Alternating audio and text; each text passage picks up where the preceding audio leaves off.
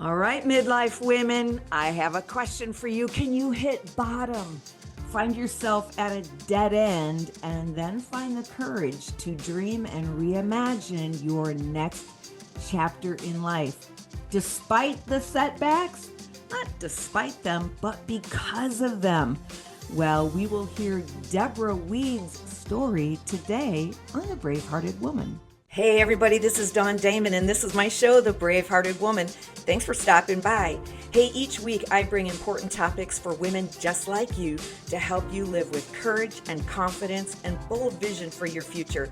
So make sure you subscribe so you never miss an episode. I'm always giving out free resources that empower you. So you ready? Come on, let's get brave. Thank you, Dawn. I'm so excited to be here.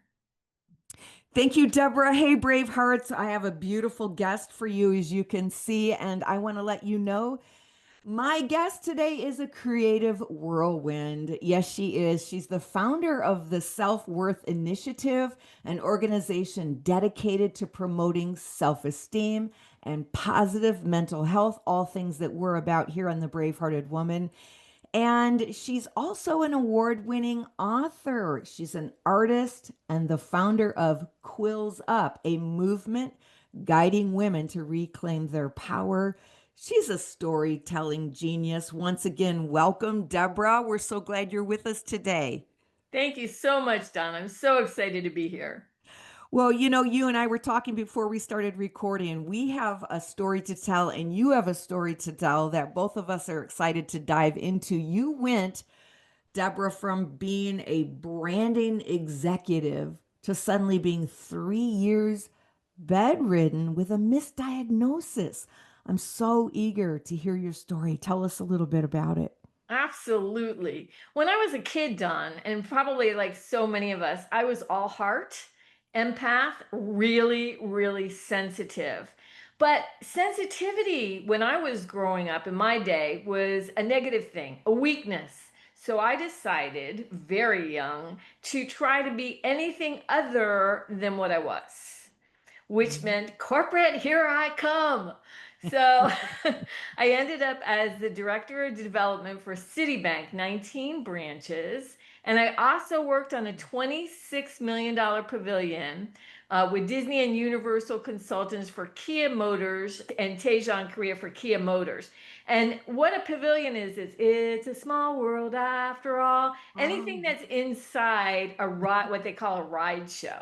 So Okay. I thought I had it made. And my self Mm. esteem, which I didn't know was different than self worth at the time, Yeah. was way up there. I had the shoulder pads, I had the heels, I had the outfits, I had everything. I thought, but I was out of alignment with my spirit. Mm, that's such a powerful statement. Out of alignment with your spirit. Does that mean out of alignment with your calling and your passion and your purpose? Or what do you mean by that? What I mean specifically by that is that I was all heart. And when we're in corporate, a lot of times, think about it, it's very cerebral. You're in the thinking mode a lot. It's Yeah. not heart centered or heart forward. There's some companies that are, but most of them are, they're going to drive you and you're going to be driven. In fact, I didn't smile very much at all. Oh, wow. And so I think that because I was off track, I got the 2x4 that sometimes we get from spirit to kind Yes. of realign us. And boy, was it a rough ride. I want to hear about it. You're reminding me of the line in the movie A League of Their Own where Tom Hanks goes, "There's no crying in baseball. There's no crying in corporate." Exactly. And you're supposed to be, really, really, like I said, not heart centered, which Hmm. I was born to be. So, what happened to me is that I had something and I was misdiagnosed for 3 long years. Wow. And what it looked like and felt like is for me, it felt like labor every single day. Every Oh, time my I had to go goodness. to the bathroom, a little bit of a trigger warning, it just felt like I was going to explode. The pain was off the charts and I was weak beyond belief. So, as any other person would do, I went to doctors looking for the answers. And the first doctor I saw, Dr. Shiramata, an expert at MS, said, Deborah, we think you have MS, but it's in Mm. your brain stem and they won't know until you die. And I'm like, Oh, okay, what can we do about that? Well, nothing. So then I go to the next doctor, and the next doctor says to me, I believe that it's Lou Gehrig's, and from the symptoms that you're explaining, and that we won't know until a little while later. And then I go to the third doctor because obviously nobody's really helping me, and he says it's all in my head. oh, that's helpful. That was so helpful. And for so many people who might be, have long COVID or something going on right now, sometimes when you think you have a strong voice, right? You think that you're going to be heard. You think if you're corporate, you're powerful, but Hmm. your voice is being diminished into nothingness. Mm. And that's what happened for me, to the point where, there was times where I just didn't even know how I was going to hold on. I really didn't. Yes. And then it was a penny that's helped to save my life. Oh, I have to hear the story about that. You talk about your voice being diminished, and that happens to so many of us when we think that, others know more about the situation that we're going through. Plus, our body is being plagued with pain, and we're body, soul, and spirit. So it affects every part of our being. And suddenly you found yourself just shrinking and being just in this dark place. I want to hear what happened next. Well, first of all, let me do an exclamation point when you said shrinking. Because I Yes. think that's the word that I use all the time. Is it? Yeah. Shrinking. You get into a place where you have felt powerful, but you're looking to humans to help you navigate life rather than going to source.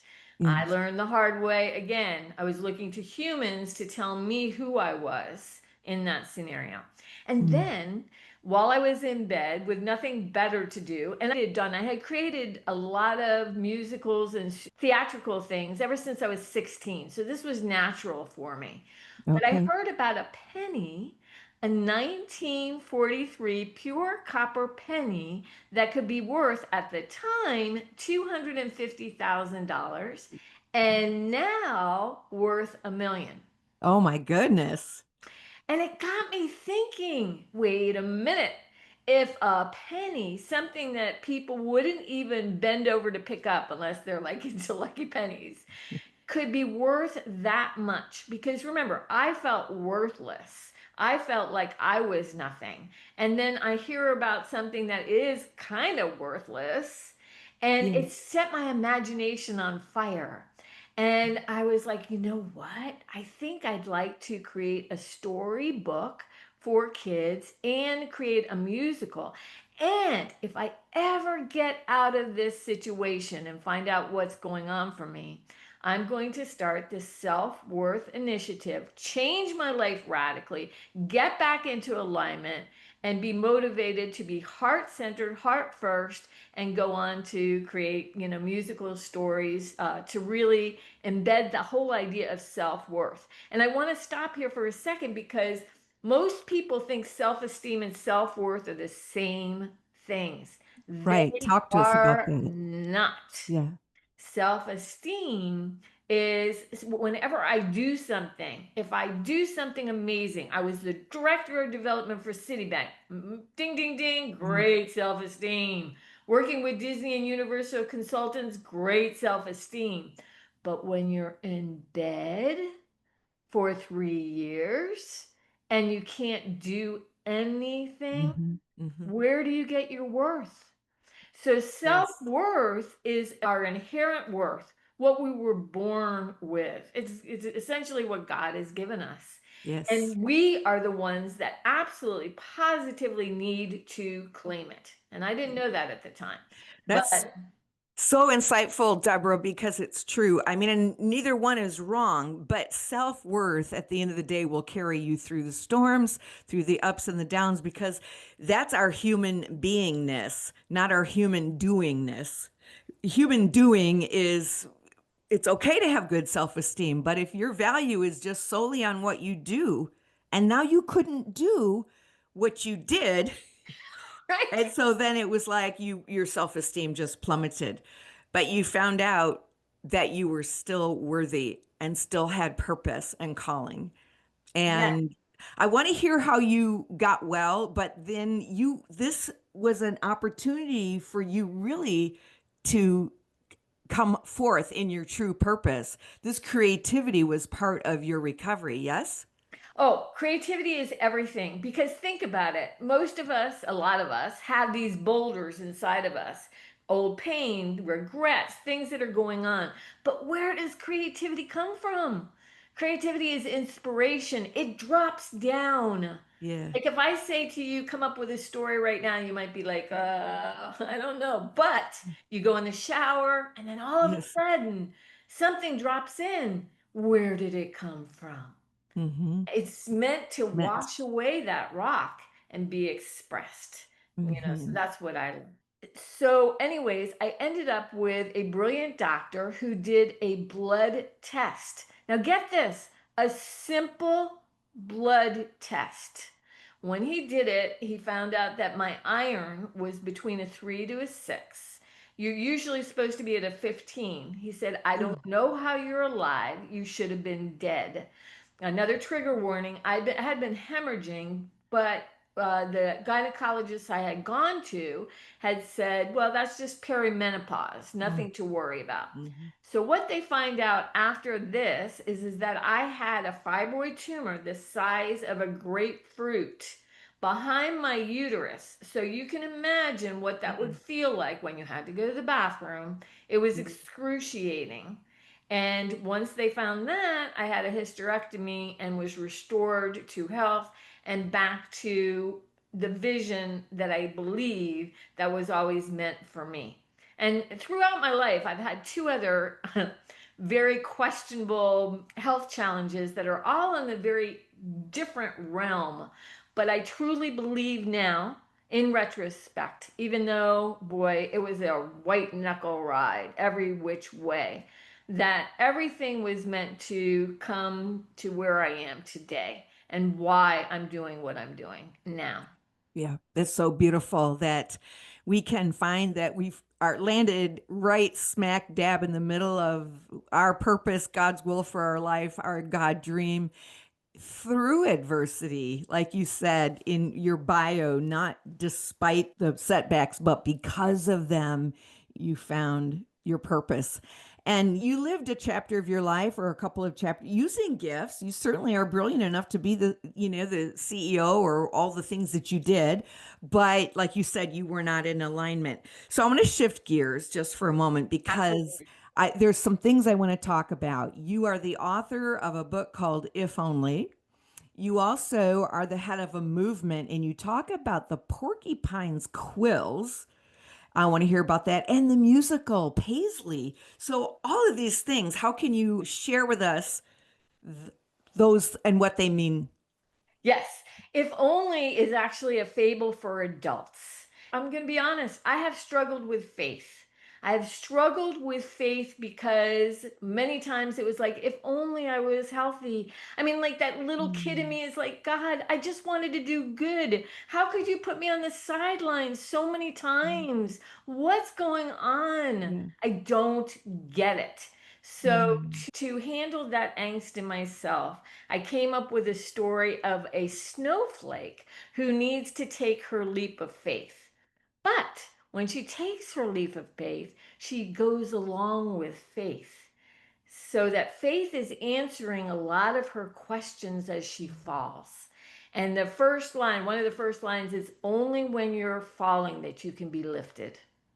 mm, And that's that's kind of good. the premise of the story is like this little snowflake saying to the birds, why don't I have wings? Why can't I fly where I want to? And Faith gives her the answer. And then she Mm, lands on a tree and she's like, why can't I have roots so that I can stay grounded? And Faith gives her the answer. So as she goes through her journey to, I'm sure everybody knows where snowflakes end up, there's always an answer with faith giving her something. So it was my human angst and my wish and knowing that were combined in this story. And I'm very, very proud of it. In fact, so many people will read it and say, "You brought me to tears." And I'm like, yes. Yeah. Yeah, I can feel that right now just listening to you. I'm thinking I definitely want to read that. What a brilliant concept and pulling the heartstrings at the same time. Beautiful. Thank I'm you. also really intrigued with the porcupine. Yes, Quills here we Up. go. That's Here we the go. name of the movie. There What we is go. that? Yes. So one of the other stories that I did was called Paisley's Last Quill. And essentially did this in the beginning for little girls, but I always dreamed of doing like a Broadway musical. So what it's about is a little porcupine who dreams of being a fashion designer. But in the animal fashion world, she needs to give away her quills or her protection to pin up the couture designs of Zavana, a very over the top couture diva of the fashion forest. And what I was trying to get across was the whole idea that, especially for little girls, we give away our power because quills are meant to protect us. And yet we're the ones that give it away for love, for belonging, for so many to, fit in, to think that we're good enough. And in this story, she gives away all her quills but one. And it's what she does with the last quill that makes a difference. This was a 5-star book. The mothers loved it. And they came back to me and said, "Hey, that's great that you did it for our kids, but what about us? We give away our quills, we give away our power. What do you have?" And so, after another 5 year stretch of a lot of things that happened to me personally after COVID, I decided, you know what? I'm going for it. I'm going for Paisley the musical. I love Wicked. I love The Lion King. I love the messages. Why not take that story that I so love, that's already proven with all 5 stars, and go for it? And that's where you find me now. So tell me about the musical. Is it ready to go? Can we see it? What happens next? Great question. So usually what happens in this instance is that you need 14 to 40 million dollars to produce what I'm thinking of, and I don't have that kind of money, but I'm all heart. And what I learned from the Disney and Universal people is that if everybody's going left, you go right. Oh, So way back in the day with hair, they actually started with the album first with, Where's the Sunshine and, yeah. Aquarius. And Yes. from that, everything was launched. And I think that's so brilliant and doable, like beyond doable. So I've gathered an amazing team. We're creating the music now. We have 5 songs that's going to come out in an album coming up really soon, right around the corner. We're going to get that out there, get the excitement going, and then from there, make things happen. Because look at it this way, let's just say that we sell the album to 1 million people. What kind of monies, and the cost is going to be according to what anybody wants to pay for. If somebody wants to pay a penny, great. If somebody wants to pay $100,000, great. Great. But let's say that that really starts to happen, we will be able to move forward, because a lot of times in musicals it takes like 5, 7, 10 years to workshop, put it together. I'm a grandma, Dawn.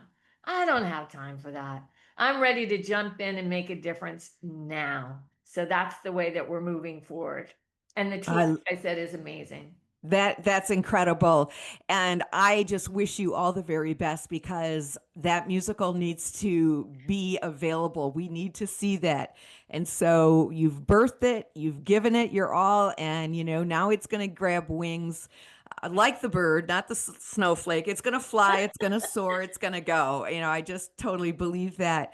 So, as our time is coming to a close, Deborah, it's so great to speak with you. You're encouraging us, as you just said a moment ago, and these are my words, not yours, but, we're not spring chickens here. We are in the best last potential third of our lives. Can we really reinvent at this age? Can we really overcome the grief, the trauma, the loss, and go on to have a significant last third of life? What say you? I say absolutely, because if you use the trauma and everything that's happened for you and you realize, let me put it a very important way. What's the difference between failure and regret? Failure, if you try something, let's say, and you're planting a seed, you might get your hands dirty. It might feel like you're learning and oh my gosh, there's setbacks, but you might get a surprise flower. Yeah, But if you have regret, you never plant that seed. And yeah, so nothing ever has the potential to grow. And if God is the water and yes, we're not, we just step out of the way and see what happens. So, to answer your question, I encourage everybody to take my hand, take your hand, jump into life, give it a try, because we're never too old, we're never too damaged, we're never too anything to try again. yeah. So well said, so beautifully said. I join those sentiments so much. I believe that as well. When a second half of life just happened to me, we have those choices. Am I going to be courageous? Am I going to lay here in the fetal position? Am I going to quit? Or am I going to allow that creative download to saturate my life and believe that God's got more and better and richer for me? Even if it is a flower, it's enough. If It's whatever enough. it is, it's enough. Deborah, where can people find you? Do you offer a course, a coaching? Is it your book? How do we support you? You would support me by going to Paisley's Fashion Forest. And if you're a singer, dancer, creative, investor, producer, and even no matter what age you are, please DM me, contact me, because I'm going to be keeping my eyes open for the next Idina Menzel, for the next, those people who really shine. And I don't care how many influencers you have, it could be two, but if you've got it, contact me. As far as my books, that's really where, I can offer inspiration now. And if you look on my IG, Instagram, it's Deborah.Weed. And I look forward to getting to know everybody. But thank you so much, Dawn. This has been amazing. Thank you. And you are just an absolute beautiful soul. You are a brave-hearted woman. And we thank you for bringing your story to us.